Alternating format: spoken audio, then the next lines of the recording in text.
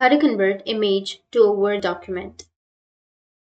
So if you want to convert image to a Word document, then what you need to do is you just need to simply go with the image. So for example, I'll just take a screenshot of the text which is right here. Now, once you've taken the screenshot, what you need to do is you just need to simply search for snipping tool. Now, under your snipping tool, you need to just go with the image that you've taken the screenshot, or just go with the image that you have.